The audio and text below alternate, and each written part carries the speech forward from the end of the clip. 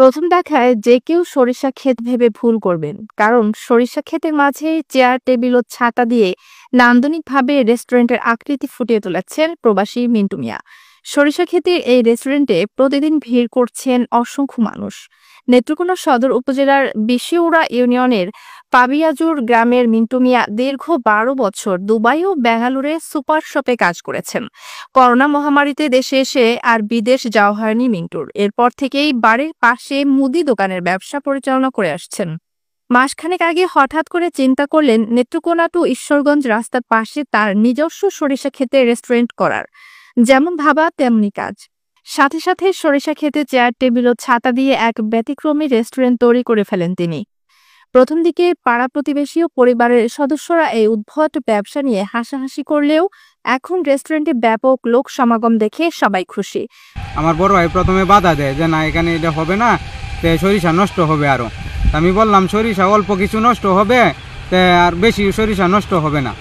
তারপরে কয়েকদিন পরে এই সরিষা যখন একটু উপরে উঠে, তাহলে এই সরিষাগুলো আমি এর রাস্তার যে জায়গাটা আসা যাওয়ার জন্য একটা রাস্তা রাখি, আর টেবিলের জায়গাত এই সরিষাগুলি শাক হিসাবে ব্যবহার করি। তারপরে টেবিল দেই, ছাতা দেই। ছাতা দেওয়ার পরে এক সপ্তাহ পরে দেখলাম যে এখান থেকে মানে অনেক দূর দূর থেকে হাজার মানুষ আসতেছে। ও অনেক মদন, কেন্দুয়া, কালীজুরি, অনেক জায়গা থেকে মানুষ আসতেছে, কফি খাইতেছে, ফটো তুলতেছে, ছবি তুলতেছে। মানে আমারও দেখে ভালো লাগলো। আর প্রথম যখন আমি শুরু করি তখন আমার এলাকার মানুষ এবং আমার এই যে ফ্যামিলি মেম্বার যারা ছিল তারা আমাকে উপহাস করছে যে এটা আসলে পাগল হয়ে গেছে, এই সেই কত কিছু বলছে।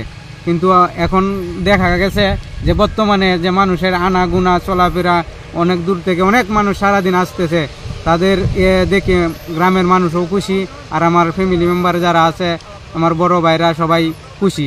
এখন সবাই আমাকে বাহবা দিতেছে। সরিষা ক্ষেতের রেস্টুরেন্টে ব্যাপক সাড়া পেয়েছেন মিন্টু। প্রতিদিনই তার রেস্টুরেন্টে ভিড় করছেন বিভিন্ন শ্রেণী পেশার মানুষ। প্রতিদিন সকাল থেকে মধ্যরাত অবধি সরিষা ক্ষেতের রেস্টুরেন্ট দেখতে আসে মানুষেরা। মানুষের আগ্রহ দেখে আগামীতে ব্যাপক আকারে রেস্টুরেন্ট করার পরিকল্পনা করছেন তিনি।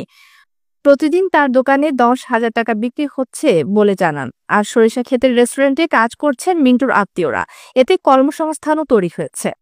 ওই সরিষা বাগানে অনেক লোক আসে, এখানে এসে চা কফি খায়, অনেক বন্ধু বান্ধব নিয়ে ঘুরতে আসে বিভিন্ন অঞ্চল থেকে। চিন্তাধারা মন্টু যাতে ভবিষ্যতে আরও কিছু করতে পারে সেই আশা করি। মোহনগঞ্জ থেকে আসলাম, দেখলাম মন্টু ভাইয়ের এই জায়গায় একটা কফি হাউস। ফেসবুকে ইউটিউবে দেখার পরে মন্টু ভাইয়ের কফি হাউসে আসলাম, অনেক ভালো লাগতেছে। কিন্তু মন্টু ভাই যে এই অল্প সময়ে যে অনেক কিছু যে করে লাইছে, এটা আমরা ভাবতে পারি নাই। মন্টু ভাইকে অনেক অভিনন্দন, অনেক শুভেচ্ছা। বিভিন্ন টিভি চ্যানেলে, ফেসবুকে, হোয়াটসঅ্যাপে, ইউটিউবে দেখি যে ঢাকা থেকে বিভিন্ন স্থান থেকে অনেকেই এখানে আসে।